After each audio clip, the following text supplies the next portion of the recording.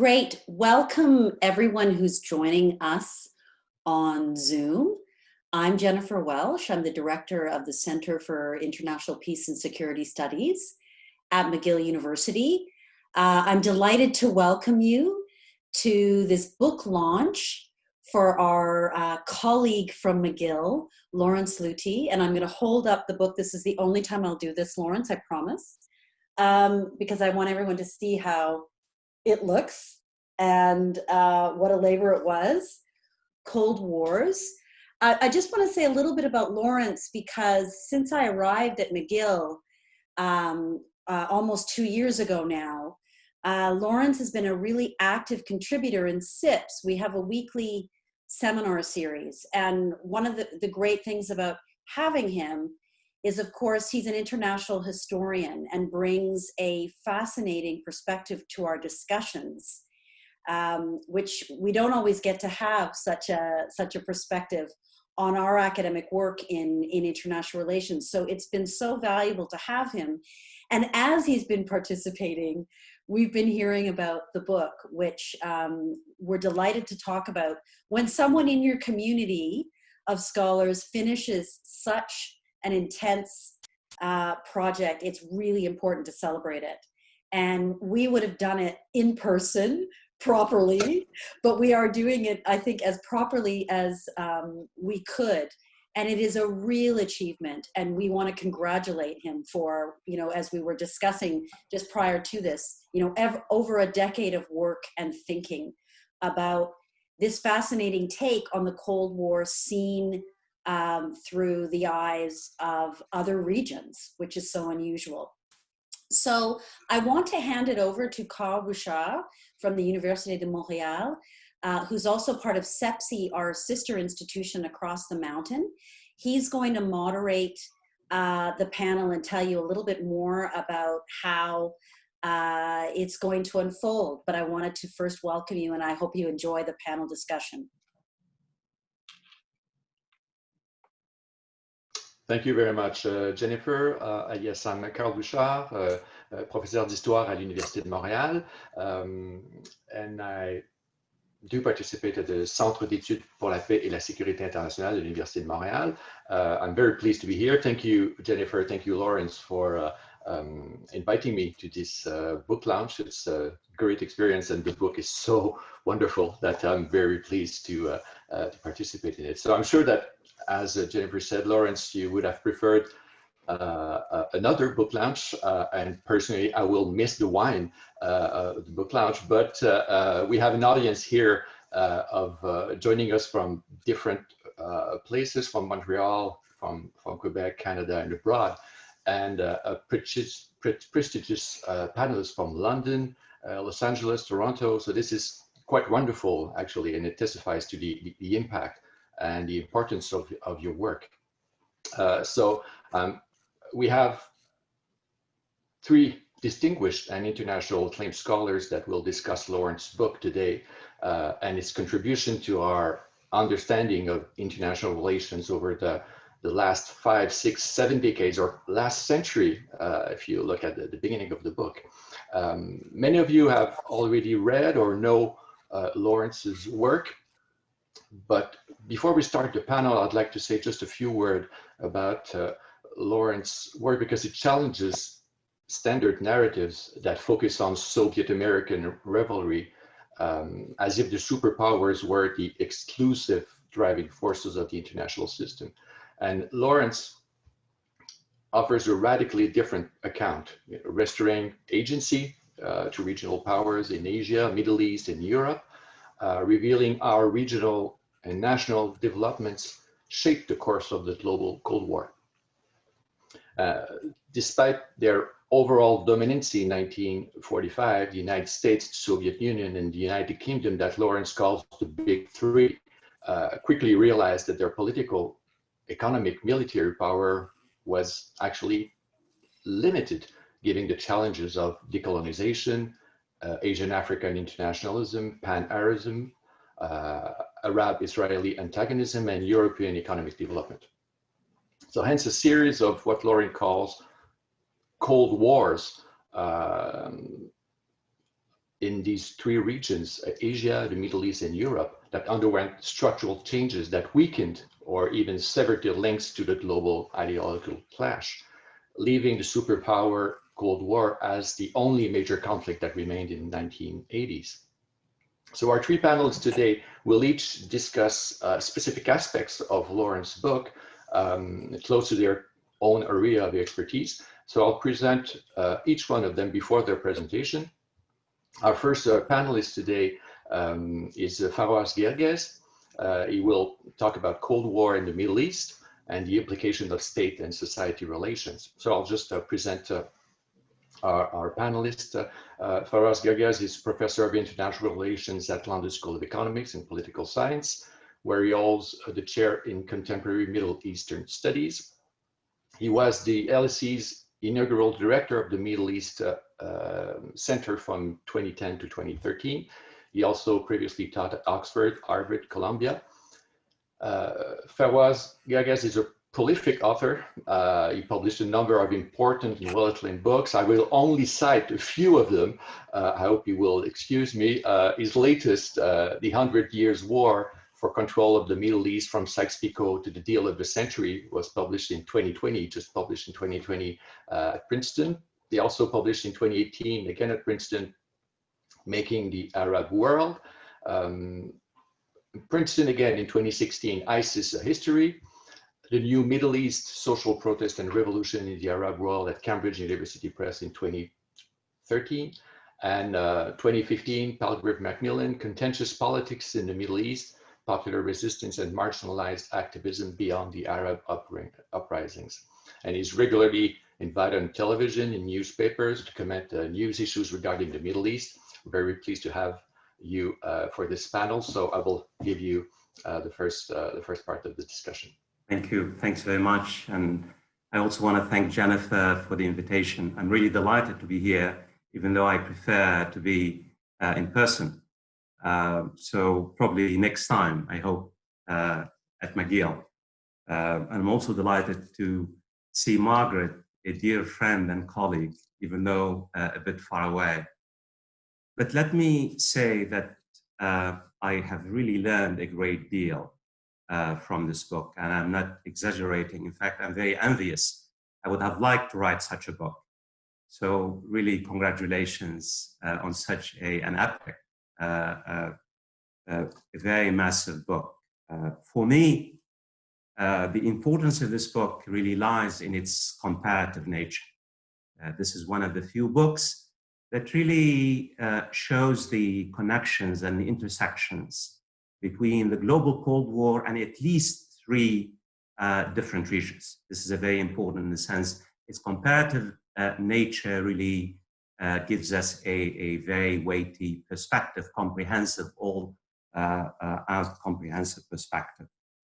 The importance of this book for me is that it also shows how systemic change at the local level impacts systemic change at the global level. And this is, again, a very important point because historically speaking, it's the reverse.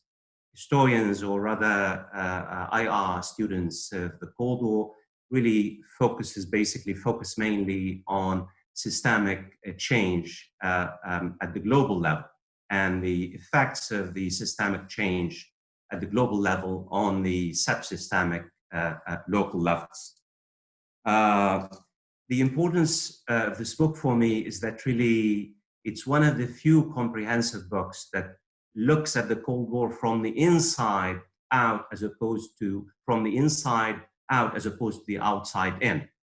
And as you said, it really restores agency to local and regional actors when it comes to this particular epic story from 1987 to 1989. So in this sense, Cold Wars not only builds on the existing literature, the massive repertoire of ideas, but I think, if I may say so, it supersedes the dominant narrative so far by telling really, as you suggested earlier, a radically different perspective. But here, since my time is very limited, I wish I had had more time. let me focus on a key theme, a key argument advanced by Lorenz on the global Cold War and the Middle East. And I hope through this particular few minutes, I hope to really try to expand or rather broaden the discussion on the role of the global Cold War and the Middle East, and I think shed further conceptual light on the story of the Cold War. As I see it myself, the most analytically useful means to really understand the global Cold War and the Middle East is not really by looking at it from either the global level or the regional level. The most effective conceptual means is to collapse the global with the local. It's neither nor. And this is, I'm not saying anything original in this. And let me just add a few details, put some basically some details on the skeleton. From 1946 onward, there existed a dialectical interplay, a dialectical intersection between the global level and the regional level when it really comes to how the Cold War played on Middle Eastern streets. No, the Cold War did not come to the Middle East in the 1960s. The Cold War did not come to the Middle East in the 1960s.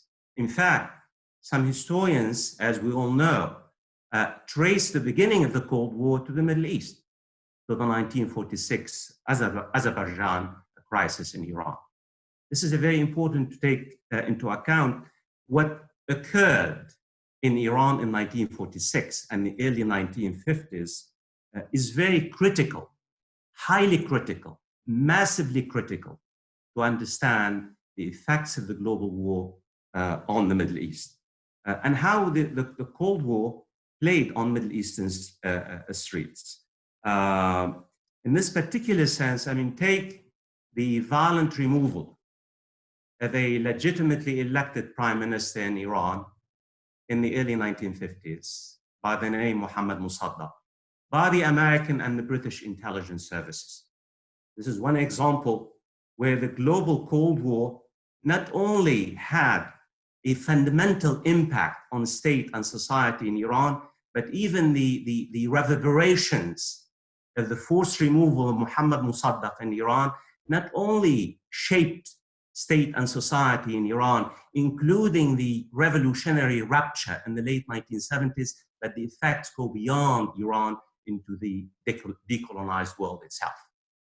So how do we talk about the local and regional level without taking also the global level, starting in 1946 and the early 1950s in Iran? I think what I'm trying to say here is that Iran's Mossadegh was a case study, an important case study of how the global Cold War shaped really politics in my part of the world. I don't have really the time to really flesh it out. What I'm trying to say is that a starting point in Iran in the late 1940s and early 1990s brings analytical balance and shows really the interplay, dialectical interplay between the global level and the regional level. We cannot go around it. We cannot just start with the Arab-Israeli conflict. In fact, I would argue what happened in Iran in the late 1940s and early 1950s, much more important what happened in the Arab-Israeli conflict later on because of the tremendous ideational, ideological, and social effects that these two particular episodes really had on the region, have had on the region. And here, I really would like Lorenz to say a few words, how also the violent removal of Mohammad Mossadegh also expanded the appetite of the American intelligence services and their subsequent intervention in other theaters in the world. And here, I don't have to remind you that since the late 1940s, every single Middle Eastern leader was on the payroll of the CIA. Almost everyone, from King Hussein of Jordan to the various Gulf emirs and sheikhs before the great discovery of oil. And even Gamal Abdel Nasser in Egypt. I mean, the big story, even the CIA sent him $2 million They were trying to bribe him, and then he used the $2 million in order to build a huge skyscraper in Egypt after the breakup of the relationship between the free officers in Egypt and American foreign policy. Indeed, local agency matters and matters considerably. And the book itself really zeroes in on the importance of local agency, reclaims local agency quickly. Gamal Abdel Nasser in Egypt, between 1952 and 1970, Gamal Abdel Nasser, the president of Egypt, extracted $2 billion US, $1 billion from the Americans and $1 billion from the Soviets, because he was able to play off the superpowers against each other. Israel is a case study of how it weaponized the Cold War in order to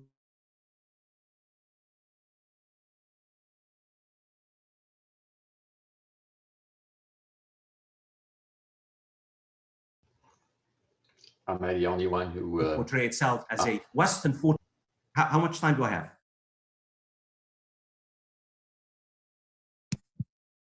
Can you hear me now? No, you still have no problem. Yeah, we hear you. You can have at least 5 or 6 minutes left. No problem. Right. So Israel went to war in 1967 without informing either the United States or the Western powers. Think of the Shah of Iran, how the Shah of Iran basically portrayed himself as a strong man, and the Americans anointed him as the sheriff of the Gulf as a result of his really himself playing off the superpowers.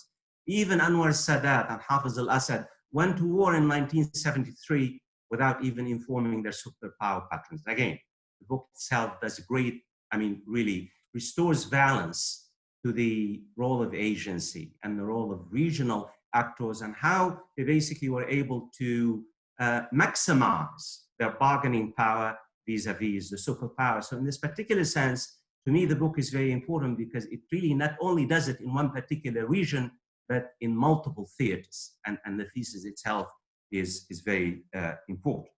But I think, again, and I want to press Lorenz, local agency explains part of the story, not the whole story. And here I want to press you on one particular theme in my area. Take the clash between pan-Arab nationalism and pan-Islamism that raged from the 1950s up to 1989. Lorenz says that basically the Saudis and the Pakistanis and the Egyptians basically were in charge of pan-Islamism. That we know from archival research, in fact, the Americans played a key role in the nourishment of Islamic movements and states and ideas as a counterbalance to radical Arab nationalism and socialism and godless Marxism and President Eisenhower, in President Eisenhower's words. It was President Eisenhower in a National Security Council meeting who called for the establishment of a pan-Islamic umbrella as a counterbalance to radical Arab nationalism after the Iraqi Revolution of 1958. The Americans did not just help the Mujahideen in Afghanistan in 1980. They were in the same trenches with political Islamist groups and movements and norms in order to really play this particular Cold War. Again, this is a clear case where the global Cold War played a key part in nourishments of dominant ideologies and social movements. Again, to me as a historian, I need to take into account not only the role of the global Cold War in state building and formation, but social classes and dominant ideologies, and like pan-Islamism and the transnational Salafi jihadist movement. Am I exaggerating to say, Lorenz, here, that the transnational Salafi jihadist movement is a byproduct of the global Cold War, not only in the valleys and wadis in Afghanistan, that Al-Qaeda itself is a child of the global Cold War? How do we take into account, shouldn't we take into account when we tell the story of the global Cold War, social movements, dominant ideologies, social classes, and how the global Cold War distorted the social struggle, not just in the Middle East, in many decolonized world. Again, I fully agree about the role of agency. But let's take one example. I just want to provoke you. Let's talk about the agencies of the South, whether we're talking about pan-Islamism or whether we're talking about now the peace process between the Palestinian-Israeli conflict. It's fascinating. A few months ago, Mohammed bin Salman was in the United States on a tour to showcase his basically leadership. And he was asked on American television, Crown Prince Mohammed bin Salman, your country played a major role in the nourishment of pan-Islamism and jihadism in the world. And what did Mohammed bin Salman say? He said, well, we did not. We were doing the bidding of the United States. The United States told us to do so. My question here, to come back to the dialectical interplay between really the global and the level. I think the truth is somewhere between. That Saudi Arabia was not just a dependency, was not just a client state of the United States, was doing its own interest while at the same time doing the bids of the United States itself. So I take really your brilliant thesis, you're really restoring agency, but I fear by focusing on agency itself, local agency, we neglect the fundamental significant impact that the Cold War really has had, not just had, on state and society in the Middle East. To me, and I agree with you, looking at the Cold War, we cannot even look at the Cold War in isolation. It was an extension of the colonial moment and the post-colonial moment. Thank you. Thank you very much, Fawaz Gerges, for your talk. If you don't mind, Lorenz, we will maybe take the three panelists part, and then you can respond to their comments and questions. And as you can see, we enter, very precisely in a discussion. I'm sure that we'll have a great talk afterwards. Our second panelist is Margaret MacMillan. She will discuss the Cold War in Europe and relations between the superpowers and their allies. I'm sure most of you know Margaret MacMillan's important contribution to international relations history. She's professor of history at University of Toronto and emeritus professor of international history at Oxford University, specializing in the international history of the 19th and 20th centuries.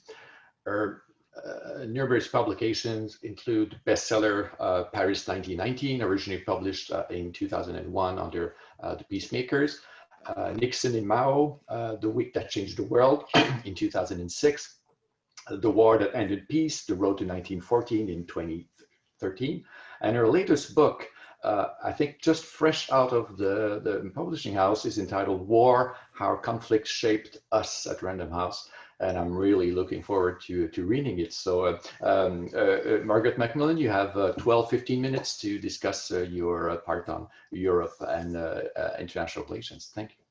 Well, thank you very much. And it's a great pleasure to be here, and a pleasure and slightly intimidating to follow in the very distinguished footsteps of Fawaz, who has said, I think so well, what the strength of this book is. It's a very large book, which shows an extraordinary amount of research. I looked through the footnotes, and the range of what Professor Luthi reads is extraordinary, and the number of languages in which he reads. And he's made, I think, tremendous use of the new materials that have come out since the end of the Cold War. We now have a much fuller picture of what's going on the Western side and on the Eastern side of that war. And I think he rightly stresses, and Professor Gerges has picked up on this, the importance of dealing with the Cold War on many levels. For too long, we've seen it as a huge superpower conflict, and we've, I think, forgotten or perhaps overlooked the ways in which what you might call lesser powers or middle powers actually played a very important part, in the ways in which regional and other conflicts, which many of which predated the Cold War, were subsumed into it, and as Professor Luthi says, also helped to shape it. And the picture he gives is of a historical event which is rightly dynamic, changing. And a very important question, I think, that runs throughout his book is, how did the nature of the Cold War itself foreshadow or shape the ending of it, because it ended in a particular way. And I think looking back, it's possible to see some of the factors that brought about its end. I'd like to talk particularly about the relations of the superpowers with their alliance members, and in particular look at Europe. Important, I think, also to understand, and Professor Luthi talks about this, the context within which this was happening. The Cold War comes out of a huge international struggle and upheaval in the Second World War, but it also comes out of that earlier conflict, the First World War, and is as I agree with him, I think it is shaped by what happened after 1918. It also takes place in the context of decolonization, a huge change which sometimes got overlooked because of the Cold War and the disappearance of the big empires.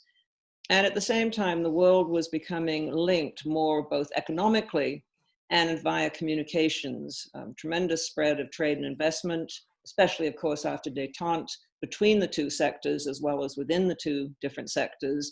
Increase in exchanges and travel, an increase in communications. And one of the difficulties the Soviet bloc was to encounter was in keeping its own publics isolated. One of the things I think that we've also begun to recognize is how important the changes that were taking place in the regions were, and the changes that were taking place in a number of the players. And the view in 1945 is a world that is flattened except for the two superpowers. And of course, by the 1950s, 1960s, it's a very different sort of world. Many of the European countries have revived. New powers are emerging. The Asian tigers are now becoming a very important factor in the world. Japan has rebuilt itself. And then, of course, the discovery and exploitation of oil leads to an increase of wealth in states in the Middle East.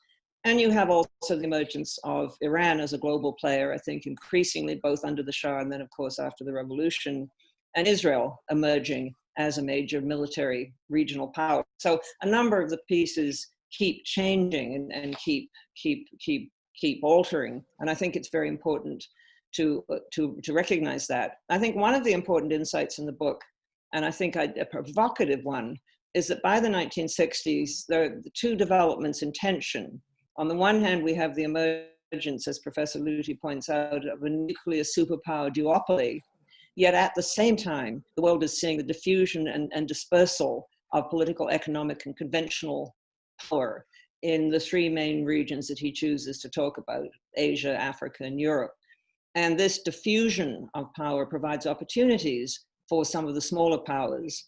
We also, I think, see interesting examples of superpower cooperation. And I hope perhaps Professor Luthi can say a bit more about this. I mean, so often I think the relationship between the Soviet Union and the United States is something like a long relationship between two people who often fight, but somehow get on with each other and have learnt ways of dealing with each other. That mutual accommodation almost of the Soviet Union and the United States. We all know the crisis points and the moments, 1962, 1983, when they came close to war. But the overall picture, I think, is rather more nuanced than that. And we see a lot of cooperation, uneasy often, but also, I think, a growing understanding of the other. I mean, I think what the United States knew about the Soviet Union and its inner workings in 1945 was probably very limited indeed. And what the Soviet Union knew about the United States was perhaps made more easy by accessibility to information. But I think the Soviet Union was handicapped by its own ideological blinkers. And I think, as you see throughout the Cold War, I think the superpowers come to deal with each other. They work with each other on nuclear non-proliferation. They work with each other on nuclear arms control. I think one of the important points, and there are many, but I'm just picking out a few, is, I think, the role of the what we can call the middle powers or the smaller powers. And I think their role is much more significant than is often realized. I think for a long time in the West, there was a tendency to take communist rhetoric at face value. And so when the leaders of the communist world talked about hierarchy, talked in military language almost about being able to command all the forces of the communist world, that really obscured what was in fact happening. Well, of course, Professor Luthi has written about this, the Sino-Soviet split, which was going to make an enormous difference to the Cold War, and also the resistance within the communist world by countries which had their own histories. And they were part of the Soviet Empire, Romania, Hungary, Poland, but they had much longer histories. And they remembered those histories, and as much as they could, they tried to push within the Soviet world for independence, or for at least some form of autonomy. I think of Gomulka in Poland, for example, in '56, basically saying to Khrushchev, invade at your peril. And Khrushchev was the one who backed down. I think also of Ceausescu in Romania, who managed to carve out a position for himself within the Soviet world. And I think one of the things that has come out in the flood of material since the end of the Cold War is just how difficult it was for the great communist powers, the Soviet Union and then later China, to manage some of its smaller client states, and constant complaints about how difficult the North Vietnamese are and how they will not listen to what is very good advice. But I'd like to concentrate in my last part of my remarks on the Cold War in Europe. And I think, again, one of the interesting things about the book is it looks at the regions in their own terms. It looks at how the regions relate to the Cold War and how the Cold War relates to the regions, but it also looks at the links among the regions. And I think that's something that, which again is sometimes overlooked. We see, of course, and it comes out in the book, the continuing interests and pretensions of the former imperial powers in the Middle East, in Asia, in Africa. I mean, you only have to think of Macron going to Beirut recently to show the ways in which these old imperial ties and old imperial reflexes still tend to affect policy in European countries. And I think Paul Betts at Oxford and others have done some very interesting work in looking at the links between East European countries and Africa. Again, trying to carve out perhaps a position for themselves where they have something of an independent foreign policy. Again, I think, and Fawaz Gerges has made all these points very eloquently indeed. One of the strengths of the book is that it is comparative. And in the case of Europe, in the case of the region of Europe, Professor Lüthi does a very interesting comparison between East and West Europe. He points out the differences. He points out that the Western countries and countries of Western Europe were relatively autonomous. He looks at the growth of the growth of the European Union, which was stimulated and encouraged by the United States. But he also points out, again, showing the agency of those who are often overlooked, that the European Union, the initial impulse behind the European steel and coal community, grew out of European experiences, grew out of shared values, grew out of shared aims. It was very much a European project, even though it was encouraged by the United States. I think he also looks at the decline of Britain, and again, this is something of considerable relevance today, the ambivalent and hesitant approach of Britain to the rest of Europe, sometimes seeing itself as a European power and sometimes seeing itself as something else.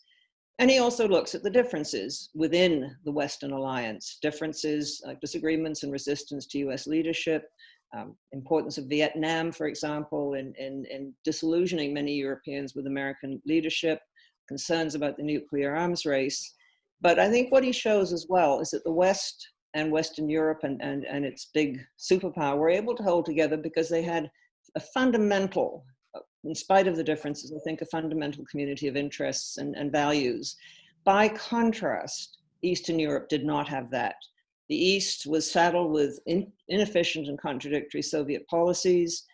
The basis for the East, and I apologize, I think I forgot to turn off my email thing, if you hear bings. The East, I think, was also failed to develop a common basis for working together. It was very much a Soviet empire. And you see within that, and Professor Lüthi brings the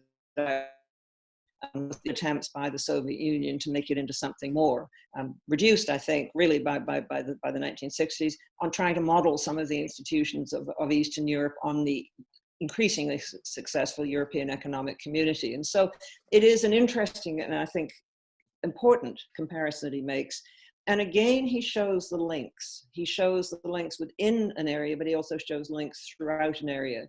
And he shows the importance of the buildings of the relationships that the Europeans themselves did between the eastern half of Europe and the western half of Europe. And again, this was not something, as I think we used to think, that was either prevented or imposed by the superpowers. It was something that went on often in spite of the superpowers. Gradual development of links across the Iron Curtain. The Polish-German Treaty of 1970, which was very much an initiative of those two countries, not something that either of the superpowers, I think, particularly wanted.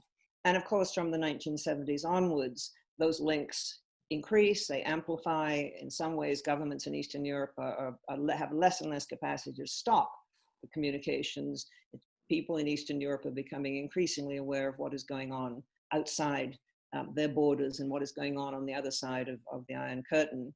And I think an increasing, as Professor Lüthi points out, increasing integration of Eastern Europe into the global economy, which was, as the Eastern European countries became more and more burdened with debt, loans offered willingly by Western banks, was going to lead to the collapse of the Soviet Union and the then eagerness and willingness of former East European countries to join the EU. There are a great many things in this book which we can pick on. I think just to mention a couple, and before I conclude, Professor Lüthi, I think, rightly talks about the importance of détente, shows the initiatives again coming from the Europeans themselves. And I think interestingly, and not that many histories do it as far as I know, he treats the Vatican seriously as a player. And I found that one of the most interesting parts of his book, that he looks at the role played by the church in Eastern Europe. He looks at the role played by Pope John Paul II and persuaded me, at least, that this really was significant in helping to unravel the Soviet domination in Eastern Europe. So a fascinating book, a book that is very rich indeed. Of course, it leaves questions, books always do, and good books always do. And so if there's time, I'd love to hear more what he thinks about two things. How important was the establishment of US-China relations at the beginning of the 1970s in turning the Cold War from a bipolar one to a multipolar one? It seems to me that that is a really interesting shift, because there's no longer a monolithic communist world against a monolithic free world, or whatever you want to call it. And the second thing, and again, it's a question of time, how important does he think ideology and ideas are?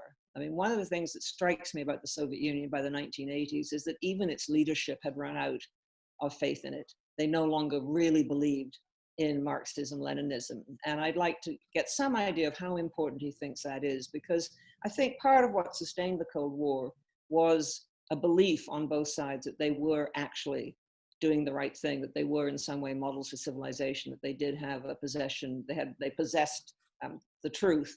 And so if there's time, I'd love to hear it, but a very, very good read, and many congratulations, and thank you. Thank you very much, Margaret MacMillan, for these words and these ideas and questions. I'm sure that Lorenz will have plenty of material to respond to after our discussion. Our last panelist is Deborah Larson. She will be discussing, and it's interesting because we have one panelist who focused on Middle East and the other one on Europe, but Deborah Larson will focus on the role of individual leaders and cities considerations in the evolution of the Cold War. So less a regional part, but a more global one. Deborah Larson is professor of political science at the University of California, Los Angeles. Her research concerns the psychology of foreign policy, decision-making, and the role of status concerns in international relations. Among numerous publications, her first book, Origins of Containment, A Psychological Explanation at Princeton in 1985, Anatomy of Mistrust, US-Soviet Relations During the Cold War, Cornell in 1997, and very recently, Quest for Status, Chinese and Russian Foreign Policy, along with Alexei Shevchenko at Yale University Press in 2018. So Deborah Larson, I'll give you about 12-15 minutes to address some issues of Loren's book. Thank you, and thank you for inviting me. I wish that I could be there to look at the leaves, because we don't have that. But I'm glad that I don't have to take Air Canada. Not my favorite airline. So I'd like to congratulate Lorenz on a remarkable achievement, looking at the Cold War in Europe, in Asia, and the Middle East. I think this is a very useful resource for students.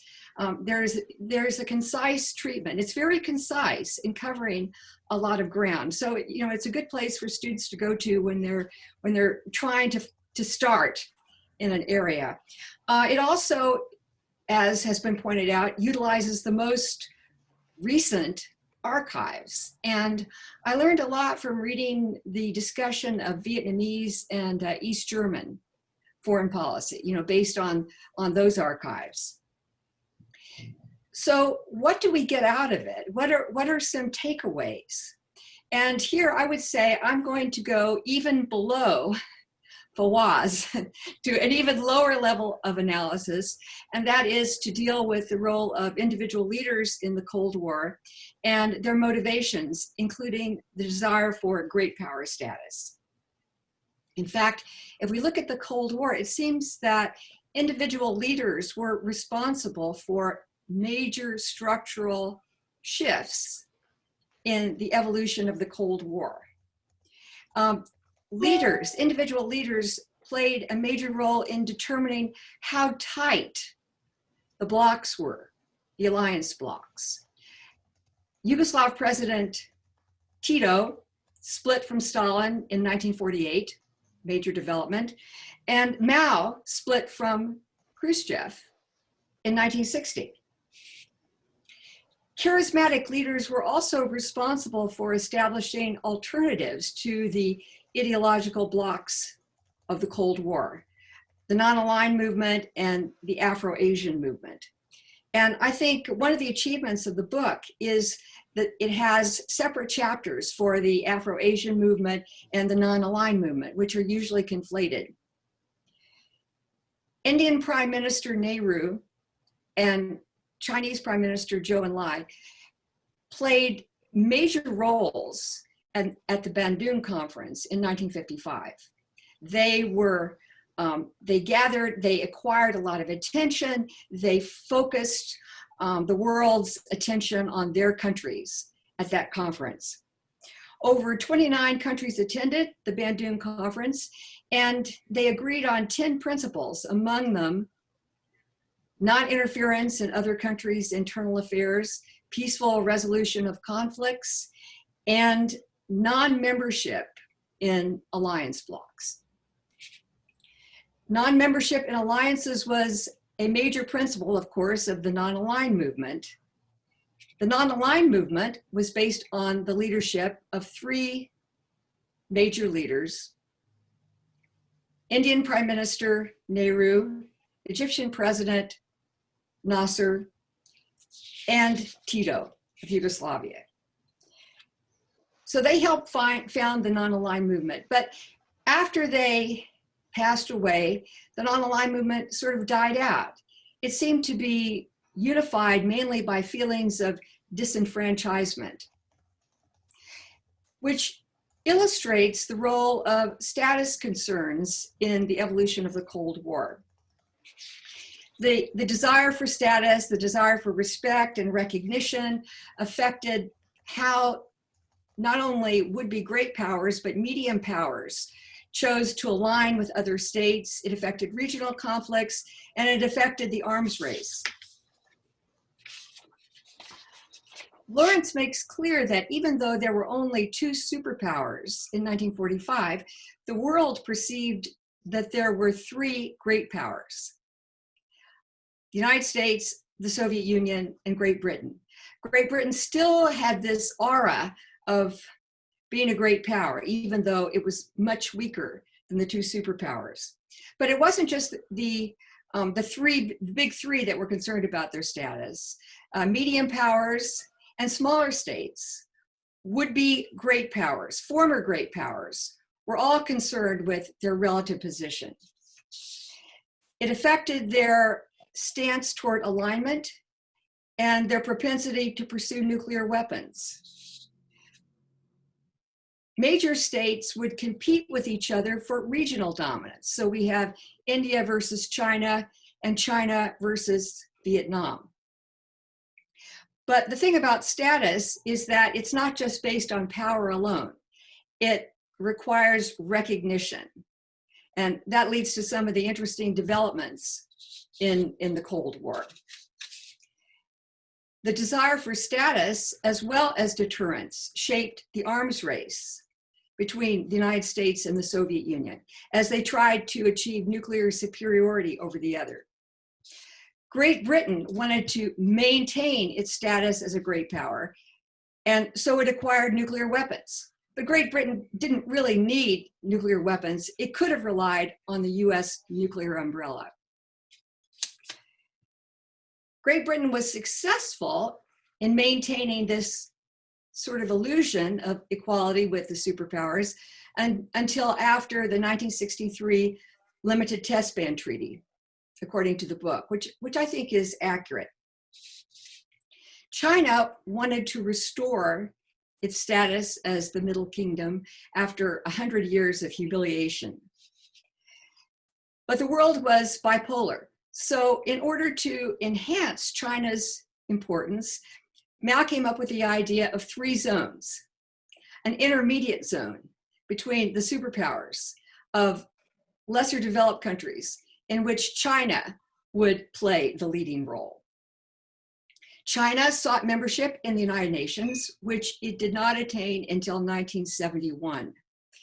And when China couldn't get into the UN, thanks to the US, it sought membership in the Afro-Asian movement and later the non-aligned movement. So China was looking for clubs that it could belong to. Mao pursued nuclear weapons to attain equality with the United States and eventually membership in the UN. For Mao, nuclear weapons weren't really usable. They were important symbolically as a weapon of prestige. He said they were a paper tiger. But even China's test of a nuclear weapon in 1964 was not enough to get membership in the United Nations and recognition as a great power. China had to give up its pretensions of supporting national liberation movements to become more of a status quo power in order to be accepted. And speaking to Margaret's question, the announcement of Kissinger's secret visit to Beijing and of Nixon's forthcoming visit to China played a major role in paving the way for China to be recognized, to be a member of the UN Security Council in 1971. The Chinese were happy to be a member, even though they had previously denounced the organization as an instrument of power politics. So having sought status as a revolutionary power, Beijing now sought status through economic development and economic growth. India, unfortunately, always compared itself to China. They both became independent states at about the same time after World War II. And like China, India wanted permanent membership in the UN Security Council. But Nehru made a mistake in turning down membership because China was not also recognized as a member of the UN Security Council. India's defeat by China in the 1962 border war damaged India's standing as a great power. And it undermined the claim that Nehru had made that India could be a great power solely based on moral leadership. It seemed that a state had to have military power as well.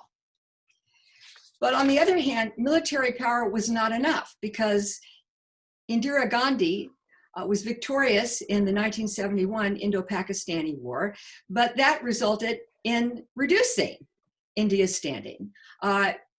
She alienated the Arab countries by defeating a Muslim country, and she alienated the Southeast Asian countries by throwing India's weight around and, by being a bully. So to restore India's standing, Gandhi renounced Nehru's renunciation of nuclear weapons and decided to test a so-called peaceful nuclear device in 1974. But even though all the permanent members of the UN Security Council had nuclear weapons, that was not enough for India to be recognized. It was not until the rise of China that motivated the United States to recognize India, because President George W. Bush signed a nuclear agreement with India that accepted India as a nuclear power. And we find more and more that the United States is trying to elevate India's status to contain China. The The dispute between Mao and Khrushchev, I think, illustrates both the role of individual leaders and status concerns.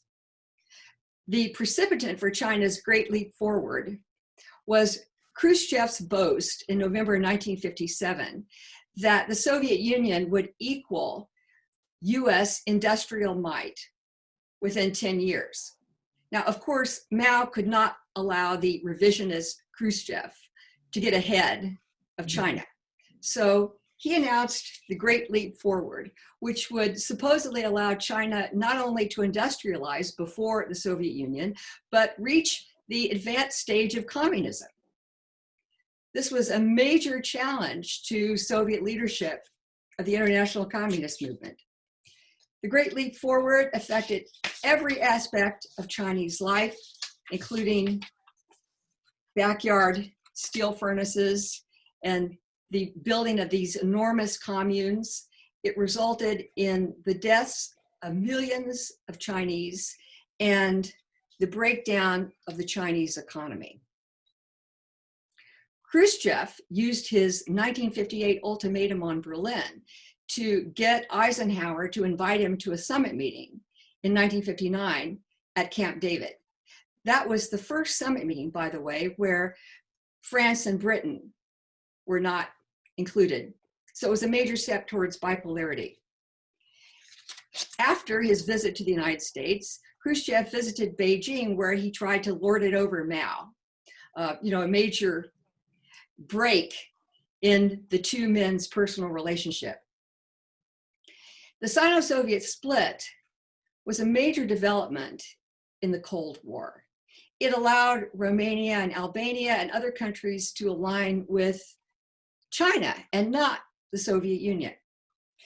But just as Khrushchev had Mao to deal with, so the United States had French President Charles de Gaulle. De Gaulle took power in 1958. He wanted to restore France to great power status. He envisioned that France would be the dominant power of continental Europe and a leader of decolonization. And in order to accomplish this, he would have to undermine Anglo-American power in Europe, seek a rapprochement with the Soviet Union, and establish diplomatic relations with the PRC. De Gaulle demanded that NATO be led by a triumvirate, where France would be equal to Britain and the United States. The United States tried to avoid answering that request. Nuclear weapons were important to Charles de Gaulle as a way that France could restore its great power status. He wanted nuclear weapons for prestige, not for security. And by 1964, France had deliverable warheads. The same year, de Gaulle irritated the United States by establishing diplomatic relations with the PRC at a time when the United States regarded China as a dangerous revolutionary power, Red China. China and France were driven into each other's arms by the 1963 Limited Test Ban Treaty, which was a humiliation to both China and France because they were left out. In 1966, de Gaulle famously withdrew French military forces from the integrated force structure of NATO and demanded that NATO headquarters be expelled from Paris. But you could argue that through his independent policy, de Gaulle attained more status for France than was warranted by its relative power. So we're now moving towards a world of great power competition that some have called a new Cold War between the United States, Russia, and China. This competition is driven in part by nationalist leaders, Xi Jinping, Vladimir Putin, Donald Trump, and status concerns. All three leaders want to restore previous glories, make their countries great again. They all want respect and recognition. Let us hope that it does not descend to ideological competition and a real Cold War. So thank you very much. Thank you very much, Deborah Larson, for your comment and useful hints for Lorenz. Lorenz, you'll have plenty of things to talk about, but you haven't spoken yet. And before you start speaking, I would like to introduce you formally, properly to the others. Everyone knows you, but still, you are associate professor at McGill University, specializing in the history of Cold War. Your first book, the Sino-Soviet Split: Cold War in the Communist World, was published in 2008 at Princeton University Press.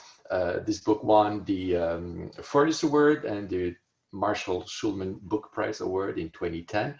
The bets are already open to see how many awards your new book will get, and I hope you will break your record with this new book.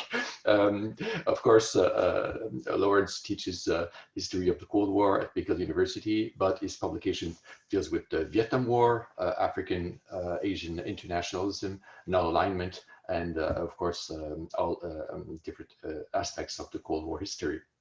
So Lorenz, I will give you about as the other panelists 12 to 15 minutes to respond to their comments and questions, and then we can open up the discussion. Well, thank you very much.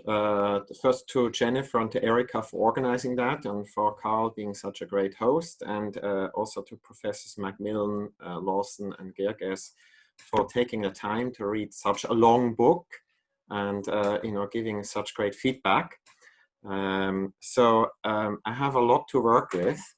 I just want to maybe preface this why I wrote this book. This book came out of my increasing dissatisfaction with the state of the literature. I think we have great works on the global Cold War and the Soviet Union and the United States, and you have a lot of regional histories. And my sense was that the two actually sides don't talk to each other. So the book is very much a book also to bring together different literatures and to think what they can tell us, and can they actually help us to reconceptualize our view of the Cold War. And what really helped me is teaching in Canada now for 17 years. I'm outside of a very American-centric discourse in American PhD history departments, and this opened up my view on the world. It also helped me that I have to teach to students from 6 continents, and they have different questions. How does actually India relate to the Cold War? So this is for me, stepping out of my original training in the United States really was very helpful. So I want just to maybe respond in the order of the comments. That also is easy for me because I have to actually start with the hardest questions. The Middle East, I always think that with this book I did a second and a third PhD.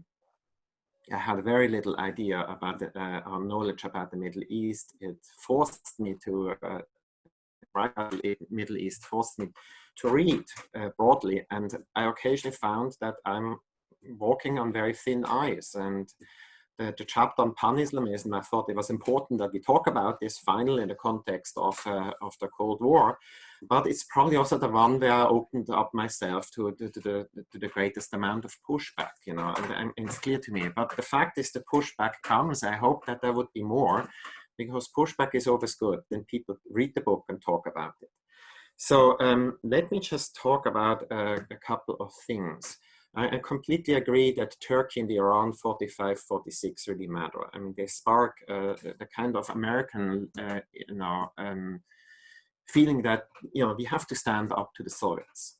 And but most of the reaction is a reaction, from Turkey to the northwest, to Europe.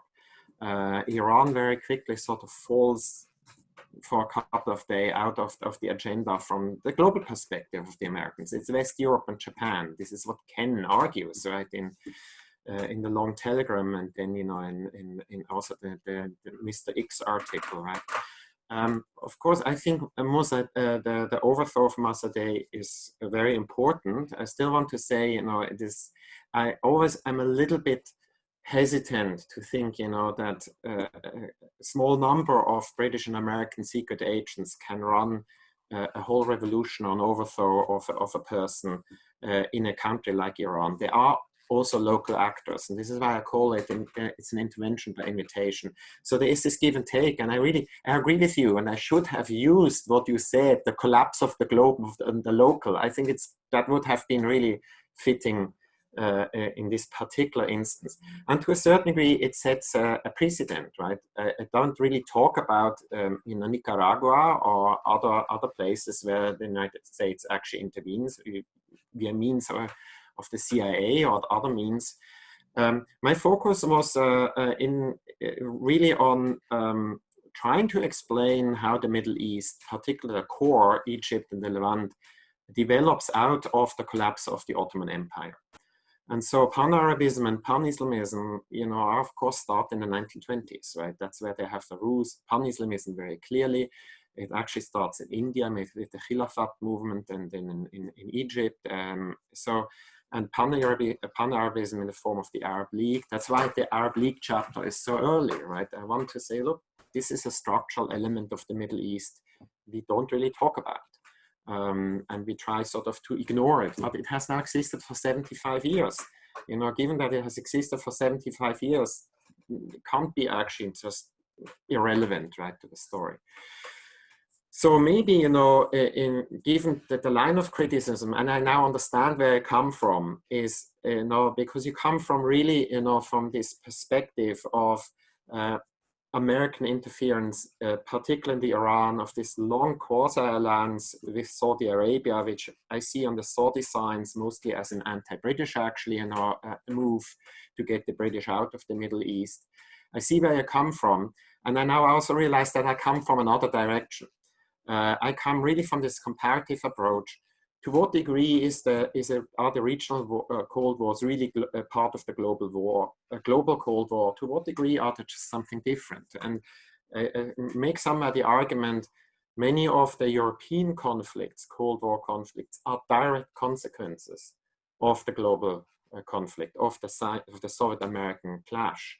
And I also make the argument in comparison, this is not really the case in the Middle East. Many of the conflicts that we usually think about, the Arab-Israeli conflict, mostly, they are not really Cold War conflicts. The one big exception in terms of major war is the Afghanistan war. That's the odd exception in terms of, particularly in terms of timing.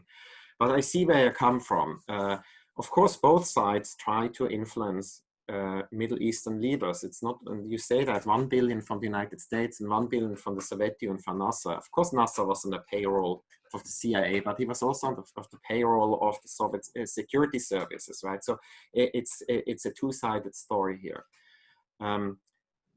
My sense is more, what I wanted to show is that this 64 to maybe 73 period is the period where the global Cold War really cements, the Israeli-Arab conflict and makes it to a certain degree, unresolvable. And that it's actually the initiative from the inside that, particularly by Sadat's Egypt, who had an interest to work with the Americans, but it's, on the one hand, it's economic interest. On the other hand, the United States was the only country, or so he believed, that could deliver Israel and force Israel to make concessions. The Soviet Union couldn't. The Soviet Union broke relations with Israel in '67. It took itself out of that potential role. So I now understand where I come from, and I think many of the points are well taken. And I have to rethink a little bit. My book is a provocation. I wanted to provoke exactly these kinds of conversation where we start to rethink what is actually, who has agency, whose agency really matters. And, it's too bad that we are not in the same place, because I'm sure we would have gone now for lunch and would have continued our conversation. And I hope that we can, pick up on this conversation once the pandemic is over and I'm in London or you come to Montreal. So I hope this addresses some of your points. Absolutely. Okay. We're on the same page. We're just trying to really, expand the discussion a bit. Yeah. But, I know that we will disagree, and, that's the great thing of being historians. We can disagree, And, yeah. All right. Thank you for the comments.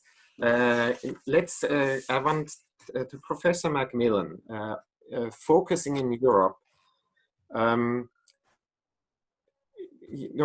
of the reasons why Europe comes last is also the provocation. I want to move away from this Eurocentric actually interpretation. And the other thing is, if you really want to take decolonization and agency of decolonizing movements seriously, then of course we really have to talk, as you mentioned, we have to start with World War I. It's just not possible to ignore this. It is the defining in many places, particularly India and South Asia. The Kashmir conflict is an example. It's the defining experience of millions, if not billions of people. And it's not necessarily the Soviet American conflict. And that is then sort of supersedes it and influences. And there's again the collapse of the local and the global and the mutual influence. The Pakistan-India conflict is probably the best example of that kind of local conflict that becomes a global conflict. But I want to come back to Europe. One important, what we do have in Europe is something that is quite unusual. You have something like the Iron Curtain that doesn't really, in that sense, exist in other parts of the world. And that, of course, lent itself to the whole idea of, let's look at actually, you know, this in comparative terms. And I have 6 chapters on Europe. It starts with nuclear weapons chapter. This is about status, and Professor Larson has actually picked up on that. I will come back to that. But it's this comparative West European and East European integration. And then, you know, German-German relations. This, how do we bridge CSE, CE, this is also a bridging thing, and then of course the Vatican. Again, what was important for me here is to bring in religion, and this is why I brought in religion in the Middle East, more in the alternative globalities in our chapter, in our alternative world visions, as the true inheritor of actually the non-aligned movement. But I wanted to think more systematically about the role of religion, religious institutions and movements that are motivated by religion. So one of the reasons why I wrote this, and I think you picked up on this very clearly, is I was tired of the small equivalency arguments, which I thought had been thrown out of the window in the 1990s, but we sort of are coming back through the back door in the discussion in terms of what we see of very clear American abuses of power in the international system, but then an uncritical, increasingly uncritical view, surprisingly to me, by certain left-wing movements of the Soviet Union and communism. I'm sympathetic to many of their ultimate goals of a more just society. I'm less sympathetic of their, you know, sort of neo-veneration of the Soviet Union. I find this disturbing. And so for me, it was very difficult to say, look, when we look at these two forms of integration, they're fundamentally different. And one is one on shared values, and the other one is actually just on unilateral power. And this is about maintaining Soviet security. And once Gorbachev realizes in 1988 that Soviet security cannot be maintained by territorial control, the whole thing actually falls apart, right? Although it was already falling apart from before. And by the late 60s, the Soviets realized that they are on the losing end when it comes to this story. So you mentioned US-China, 1972. I'm not using the terminology of bipolarity and tripolarity because I'm not comfortable with the idea of poles, with some magnetic forces and various states automatically direct themselves to one of these magnetic poles. I try not to use this language, but what's the impact on the Sino-American rapprochement, Martin Nixon's visit? It has an impact, of course, on Chinese policy towards Europe. I'm not quite sure whether it has an impact on European policy towards China, because China after 1960, after the decision to detach itself economically from the Soviet Union, opens itself up, particularly to West Germany, the United Kingdom and Japan, you know, these, and France, these are actually the countries where China wants to engage with for its own modernization project. In fact, in my view, the Sino-American approachment, you know, really means that the Americans are the latecomers to the story, actually. But what is really interesting is how does Zhou Enlai actually perceive the role of West European integration? And I found some really interesting documents in the National Archives of the United Kingdom. This is not Zhou Enlai, it's Ji Ping-fei, so his left hand, who goes to London. And basically says, look, what we see in the West European integration, we see actually a counterbalance to the superpowers, right? But this is a fundamental misunderstanding. The Chinese see the West European integration in actually military terms, and they don't see it in economic terms. But it's interesting how the intermediate zone, or the idea of the two intermediate zones, this conceptual idea Mao has in the 40s and revises in the 60s, still has an incredible intellectual pull on the minds of the Chinese leaders. Ideologies and ideas, yes, the Soviet Union knows it is in an ideological void. By the late 60s, I have Kosygin saying so, I have the Soviet church specialists saying so. They completely understand that John Paul II is moving into East Europe into an ideological void. They know that this is the danger. What was more important to me is also to look at ideas, how ideas shape policies in the other regions. The West European integration process is firmly embedded in long discussions among Christian Democrats about the third path. They go back to the 1890s, finding a third path between the unfettered capitalism and the radical left, addressing the social question as a result of rapid modernization and industrialization as the central issue, returning dignity to individual human beings. And that has enormous resonance after the catastrophe of World War II. So ideas and ideology in this time, these Christian Democrats, and they are, in my view, really the carriers of this West European integration process, are absolutely central. Again, you know, I wish we could now sit down for lunch and talk. I mean, we will do this another time, and Toronto is not that far away. And so then, Professor Larson, individual leaders and motivations. I think many of the things you said are actually exactly what I sort of tried to express. You know, I might have misled you a little bit, and this is, I have been thinking very, very hard about this book in terms of language and structure, because I want this book to be a book that can be assigned to undergraduates.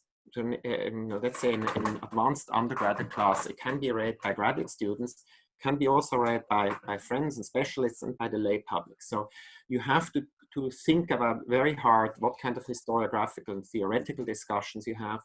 And the other problem is how many names you drop, right? And so I made a decision very early on to reduce the number of people that populate my book, because it's going to be very confusing, particularly for people in North America and West Europe who might not be conversant with Arabic or Chinese or Vietnamese names. So this might now have the appearance that, you know, individual leaders play a larger role, but this is maybe also the result of my decision in terms of writing to focus on them.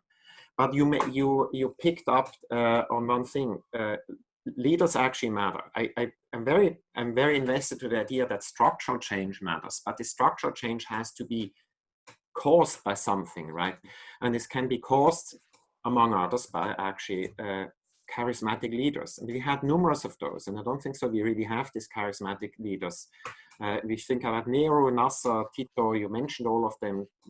Mao Zedong, although his charisma is largely constructed, Ho Chi Minh, very constructed, right? But they also become charismatic leaders in a particular moment, right? In a moment of, you know, new nation states that emerge that are rather weak, that allow actually charismatic leaders to seize that void that, you know, that will disappear once you have actually institutions and stronger states emerging.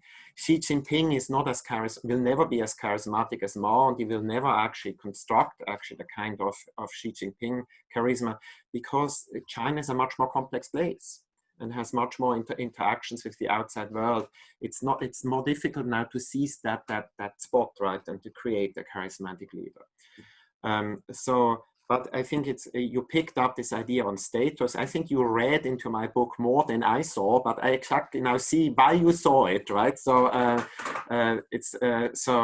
you actually helped me to clarify a couple of things that were still open in my mind. It's a book that has so many narratives. It's in fact, as somebody of you three said, it leaves a lot of open questions. But that's also good. Then we have a starting point for discussion. So thank you very much to all three of you.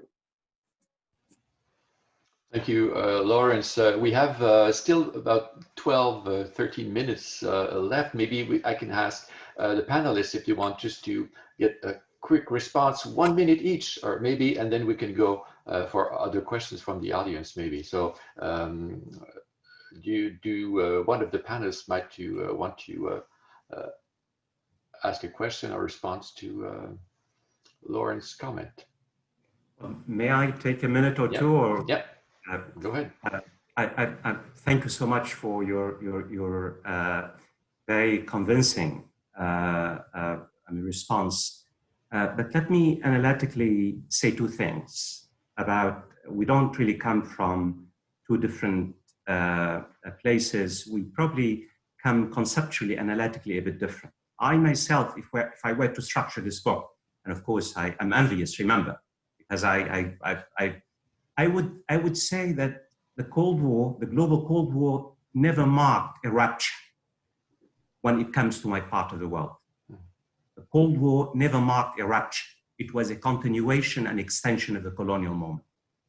And most of the tactics and the techniques and the mechanisms, in a way, the argument has been made that the United States inherited the colonial legacy of its allies. And the Soviet Union really, they were playing for different goals, but the mechanics, the Middle East was never left to its own devices, as you well know, and you make it very clear.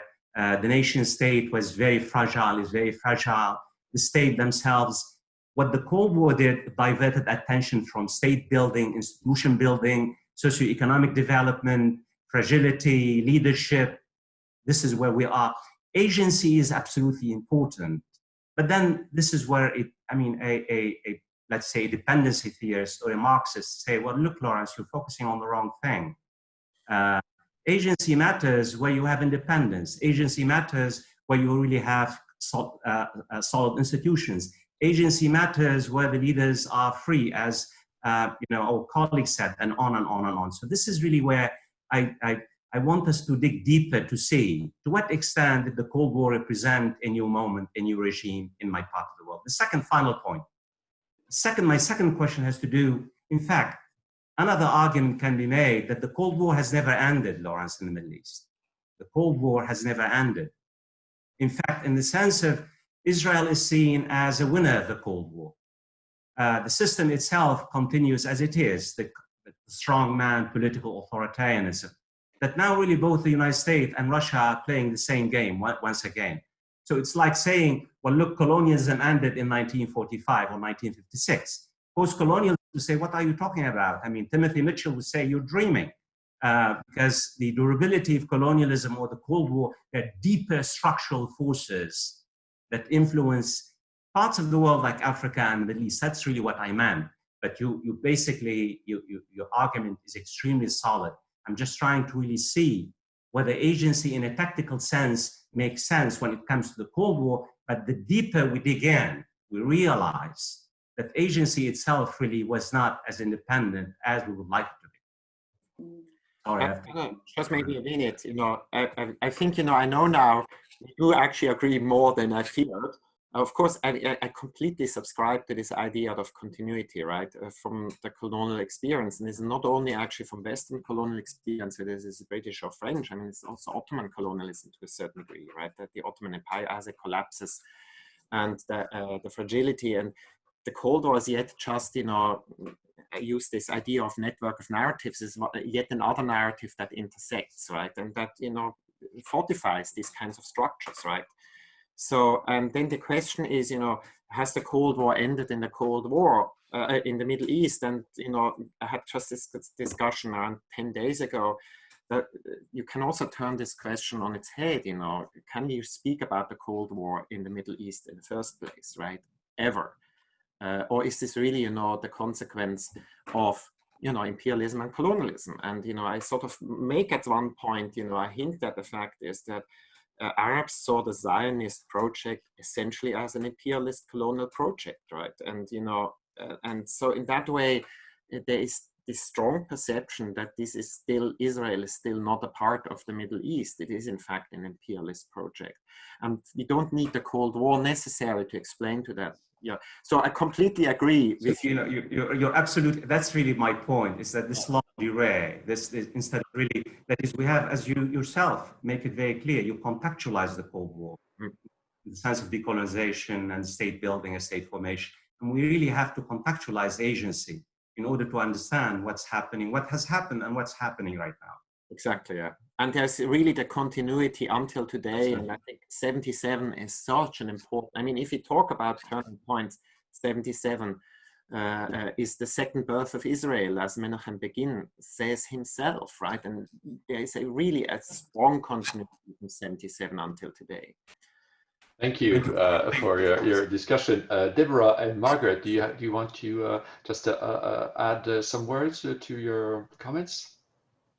Can I just say how Yes. interesting I found the whole discussion, and I'm hoping Professor Larson will come in, because I thought her whole discussion of status and anxiety about status is very important. And just to relate that to what you were saying about the Middle East and colonialism, I think so often for countries that have come out of empires, defining themselves against the empire, recovering status from the empire, recovering agency is a very important part of what they're doing. I mean, I think it was extremely important for Nehru and perhaps even more so for Krishna Menon, his foreign minister, this notion that we have not been able to be ourselves and we will now reassert our status. So I'm just wondering whether Professor Larson wants to comment more on that, because I found the whole, I mean, you see it playing out today as well, so much in the world. Yes. Yes, being a colony creates this sort of permanent sense of alienation, you know, an intense desire for respect that I think exists, you know, even after 50 years. It's, I'm not an expert on the Middle East. I've studied more Asia, but certainly with the Chinese, I mean, it's very real. You know, when Xi Jinping talks on the phone with Trump, he refers to the 1918 humiliation at the Shanghai, you know, the loss of, you know, at the Paris Peace Conference. And I know that you too, Margaret, in your book on Nixon and Mao, you mentioned how important it was to the Chinese to have Nixon shake Zhou Enlai's hand. So you know, this it's not just the former colonies, but you know, China and other states that were like semi-colonies. And to go back to Lorenz's statement, yes, I agree that structural forces are important, but when I read your book, I see the leaders as being the drivers of the structural changes that take place, and you can't always assume that a strong leader will arrive when you need him, need him or her. The book comes out when you read, let's the National Security Council meetings or the presidium meetings of the CPSU, you know, the 3 volumes about Khrushchev. When you read them sort of systematically, you go through, you sort of think these are very powerful people, Eisenhower and Khrushchev. But when you read through them, you realize, you know, they deal with one after another crisis which they don't cause, right? And they react more than they act. They are shaped more than they shake. And I say this now as a provocation, right? Then my question comes is, well, who creates all this crisis? And we have to explain them. And this goes back to status. Some of these crises are created by status considerations. You know, take us seriously. Why is actually, you know, China shelling the Jinmen in the first and the second Taiwan Strait crisis, 54, 58? Isn't it? We want you to talk to us, respect us, right? One of the problems the United States faces in South Vietnam in 58 and 63 is an allied leader who does not want to be seen as an American puppet, right? And, you know, the Americans have a lot of good ideas. South Vietnam should be reformed. But any of these ideas will fall on deaf ears because Diem wants to keep the Americans at arm's length, right? He does not want to appear as a puppet. He wants actually to be seen as an equal in his relationship with the Americans. And it's for me such a great example of somebody who wants to be seen as an equal, and as a result of that, you know, does ultimately the wrong things, right, that lead to his downfall. Thank you. Thank you very much for your comments. So we can open the floor to some questions. We have about 3 minutes left, but I know that Jennifer has a question, and maybe you can, all the other people joining us can think about some quick questions by the end, and just raise your hand on Zoom if you want to talk. So Jennifer. Yes, can you hear me well? Yes. Just a quick question, Lorenz. It's a big topic, but listening to the other commentators, I wonder, as a high level perspective, and you will not be surprised as an IR person that I'm asking this question, what's the role of institutions in this?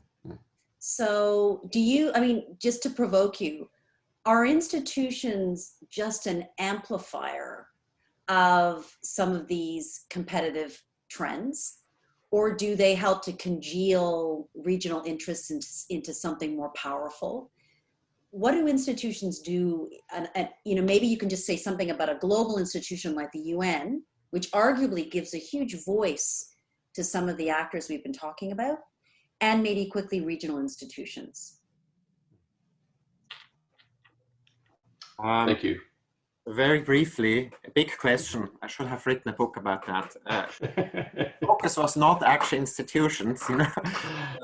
But of course, you ask yourself these questions. What's the role of an institution?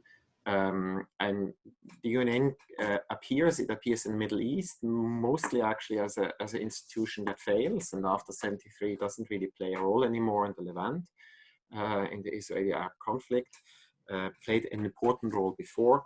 To a certain degree, institutions are amplifiers. I think that's probably the case, you know, with the CMA, but I think, you know, in the case of West European integration, it's actually, you know, also it congeals. Institutions can also be platforms for conflict, right? The Arab League is a platform for conflict. It creates the illusion that there's unity, but in fact, you know, reveals the disunity. And this unity is then intensified by the influence of the Cold War, right? By Anglo-American alliance making that more or less almost splits the Arab League and makes it dysfunctional in the second half of the 50s. So institutions have various functions. That would be my quick answer. Thank you very much, Lorenz. Well, it's almost time, so we've done with our book launch. We're part of the new normal. So in a normal situation, people would just jump to Lorenz to congratulate him and ask him other questions with a glass of wine. We're not in that situation, but still, I would like to congratulate Lorenz for this wonderful book and say thanks to all the panelists and all people joining us for this great discussion. And I hope, and especially talk to students who joined us, I really do hope that you take a look at this wonderful work and learn from it, because it's really a tremendous amount of work that you've done, Lorenz. So thank you very much. Maybe we could try this instead of just using the applause tool on Zoom, but maybe a real round of applause for Lorenz. Thank you very much for the kind words and your time. And I'm sure I will be in contact with the panelists, you know, this afternoon.